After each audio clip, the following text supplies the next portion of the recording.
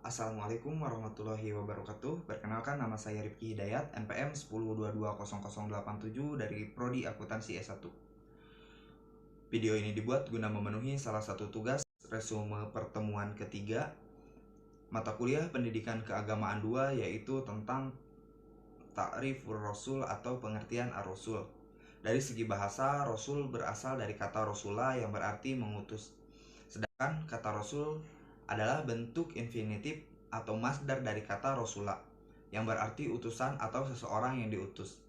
Adapun secara istilah, kata Rasul artinya adalah seorang lelaki yang dipilih atau diutus oleh Allah Subhanahu wa taala dengan membawa risalah untuk umat manusia. Ada dua kata kunci untuk memahami definisi ar-Rasul, yaitu yang pertama, hamilur risalah atau membawa dan menyampaikan risalah. Mengenai hal ini, Allah Subhanahu wa taala berfirman, "Ya ayyuhar rasulu baligh ma unzila ilaika mir rabbik wa illam taf'al fama balaghta risalah. Wallahu ya'simuka minan nasi ilallah la yahdil qaumal kafirin." Yang artinya, "Hai Rasul, sampaikanlah apa yang diturunkan kepadamu dari Tuhanmu. Dan jika tidak kamu kerjakan apa yang diperintahkan itu, berarti kamu tidak menyampaikan amanatnya. Allah memelihara kamu dari gangguan manusia. Sesungguhnya Allah tidak memberi petunjuk kepada orang-orang yang kafir." Quran Surat Al-Maidah ayat 67. Yang kedua yaitu udwatu fi takrir risalah atau menjadi udwah, contoh bagi umat manusia dalam melaksanakan ajaran yang dibawanya. Allah Subhanahu wa taala berfirman, Bismillahirrahmanirrahim. Laqad kana lakum fi Rasulillahi uswatun hasanah liman kana yarjullaha wal yawmal akhir wa dzakarallaha katsira. Sesungguhnya telah ada pada diri Rasulullah itu suri teladan yang baik bagimu, yaitu bagi orang yang mengharap rahmat Allah dan kedatangan hari kiamat, dan dia banyak menyebut Allah. Quran Surat Al-Ahzab ayat 33. Namun ingat, tidak semua orang yang membawa risalah dan menjadi utwah atau contoh dapat disebut atau diakui sebagai Rasul. Karena Rasul-Rasul yang diutus oleh Allah Subhanahu wa taala memiliki ciri-ciri khusus, diantaranya yang pertama memiliki asyifatul asasiyah atau sifat-sifat asasiyah, yakni sifat-sifat dasar yang layak baginya. Misal, sidik, amanah, tabligh, fatonah. Sifat ini layak dimiliki oleh setiap Rasul yang mengemban atau membawa risalah.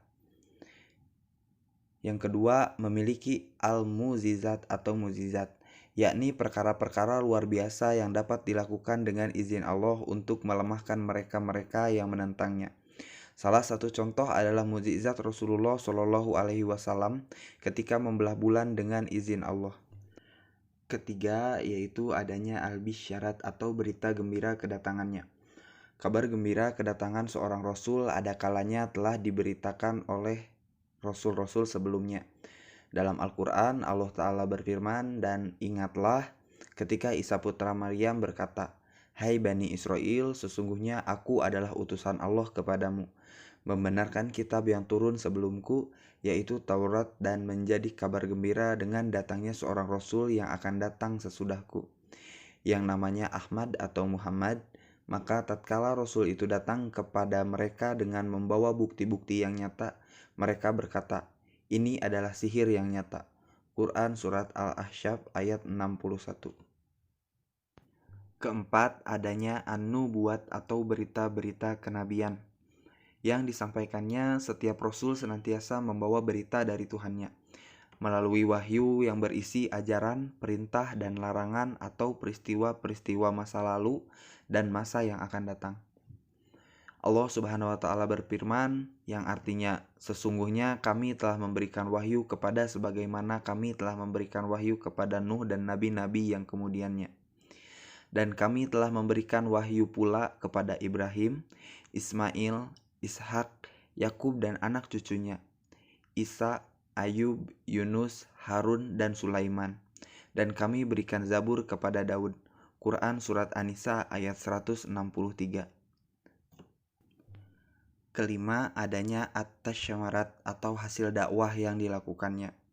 Di antara hasil dakwah yang diwujudkan Rasulullah Shallallahu Alaihi Wasallam adalah munculnya generasi unggul dari sisi keimanan, ilmu dan amal, sehingga mampu berkuasa di muka bumi ini dan menebarkan ajaran Islam ke seluruh penjurunya. Allah Subhanahu wa Ta'ala berfirman, "Kamu adalah umat yang terbaik yang dilahirkan untuk manusia, menyuruh kepada yang ma'ruf dan mencegah dari yang mungkar, dan beriman kepada Allah Subhanahu wa Ta'ala." Quran Surat Ali Imran ayat 110. Demikian video ini saya buat. Semoga bermanfaat. Terima kasih atas perhatiannya. Billahi taufik wal hidayah. Wassalamualaikum warahmatullahi wabarakatuh.